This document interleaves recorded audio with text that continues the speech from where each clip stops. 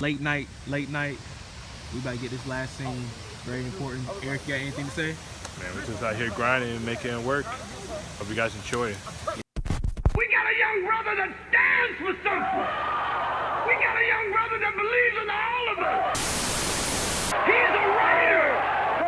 He's an author. And if you read between the lines, we'll learn how to love one another. But you can't do that.